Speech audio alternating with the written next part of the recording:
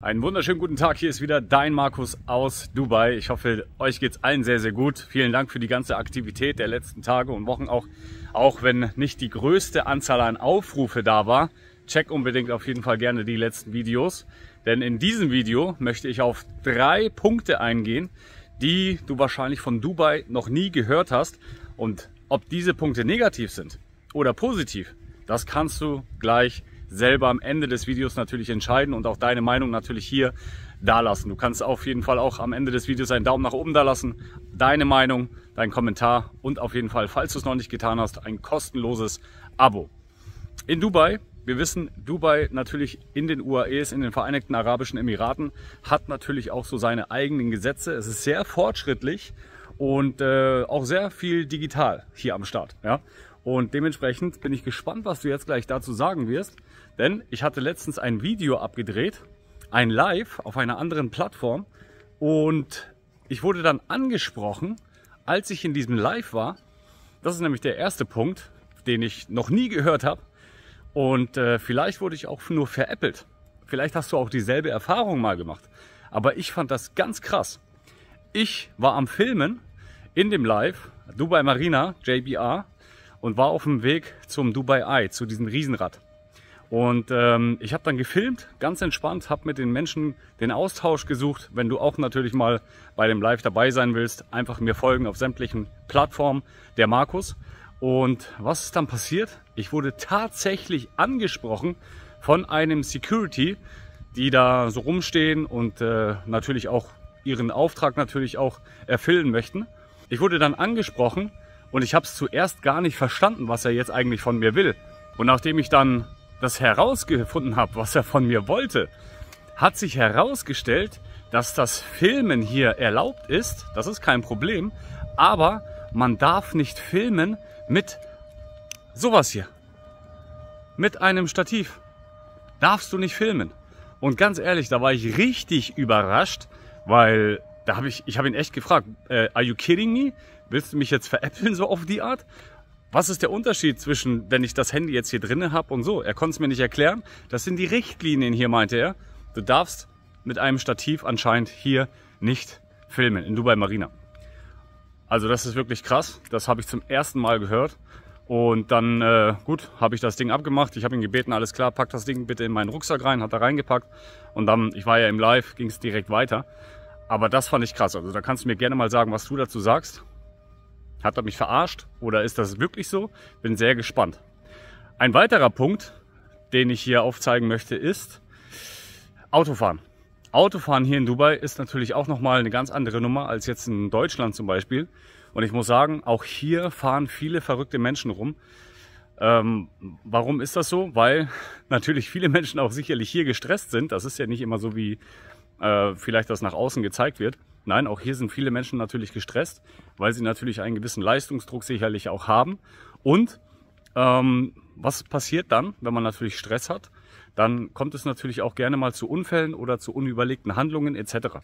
Menschen aus Bangladesch, aus Indien, aus Pakistan, die hier Führerschein haben, die hier Auto fahren, die haben sicherlich nicht so eine deutsche Führerscheinausbildung genossen wie wir. Und dementsprechend ist der Verkehr hier auf jeden Fall nicht zu unterschätzen. Und gerade wenn du jetzt hier fährst, kann ich dir auf jeden Fall empfehlen, nicht die Google Maps App zu nehmen beim Navigieren, sondern dir die Waze App runterzuladen. Ja? Ich blende es hier auch nochmal ein, damit du siehst, wie das aussieht. W-A-Z-E. Ja? Okay, kommen wir aber jetzt zu einem Punkt, den ich persönlich ein bisschen kritisch finde. Wir haben hier in Dubai auf jeden Fall schon eine große Toleranz, auch gegenüber des Schnellfahrens.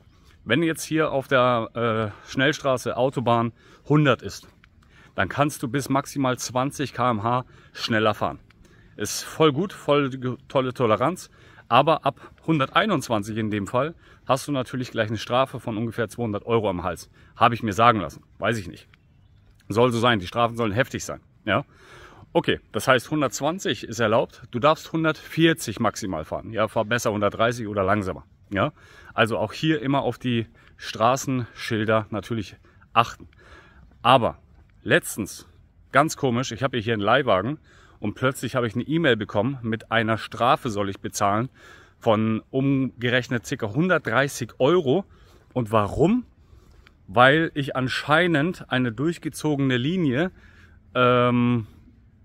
überquert habe. Und das fand ich krass. Konnten es mir nicht sagen, an welcher Stelle das war. Und das fand ich halt auch ein bisschen krass. Wenn du geblitzt wirst, dann siehst du das ja, dann bist du geblitzt worden, du weißt, okay, du warst zu schnell, scheiße. Aber anscheinend bin ich irgendwo über eine durchgezogene Linie gefahren, was mir in dem Fall, ich kann mich gar nicht erinnern, ja, was mir nicht aufgefallen ist. Das ist heftig. Ja. Plötzlich kam die E-Mail und du sollst jetzt bis morgen diese Strafe bezahlen.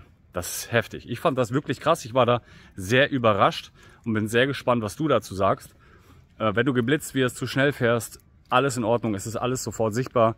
Wenn du falsch geparkt hast, dann bekommst du in Deutschland einen Strafzettel. Dann weißt du, okay, du stehst falsch. Dann ist das so in dem Fall.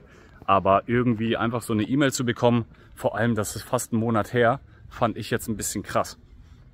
Und vor allen Dingen, wenn du nicht aufpasst, alter Schwede, dann hast du höhere Ausgaben bei den Strafen, anstatt das, was dich der Leihwagen kostet. Das finde ich auf jeden Fall extrem heftig. Lass mir unbedingt deine Meinung dazu da.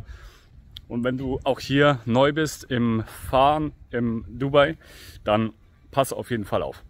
Kommen wir zum dritten Punkt, den du wahrscheinlich in Dubai noch nicht hast, finde ich persönlich sehr positiv. Und da muss man auch ganz klar nochmal unterscheiden, was ist Finanzierung und was ist ein Zahlungsplan. Gerade hier in Dubai natürlich, viele Menschen kommen hierher und möchten in Dubai investieren, möchten ihr Geld eventuell sichern, möchten ihr Geld vermehren und dementsprechend investieren sie in Dubai oder natürlich auch in andere Länder, in anderen Staaten eventuell. Aber Dubai ist natürlich schon eine Nummer für sich und der Vorteil ist in dem Fall auch, dass du teilweise auch keine Zinsen zahlst bei deinem Kauf der Immobilie. Das heißt, ganz kurze Erklärung für die, die es noch nicht gehört haben, du hast hier die Möglichkeit, ab ca. 30.000 Euro Startkapital Investment zu tätigen für eine Immobilie, die um die 200.000 Euro kostet. Man macht dann einen Paymentplan von bis zu 8 Jahre, wo man dann 20% in der Regel anzahlt und dann über bis zu 8 Jahre jeden Monat 1% des Kaufpreises dann bezahlt. Und das finde ich schon sehr attraktiv. Vor allem Dingen, warum? Weil das Ganze ohne Zinsen passiert. Ich habe mich schon mit mehreren Menschen ausgetauscht diesbezüglich, die das gar nicht verstanden haben und die immer von einer Finanzierung sprechen, wo Zinsen anfallen. Nein, hier fallen keine Zinsen an.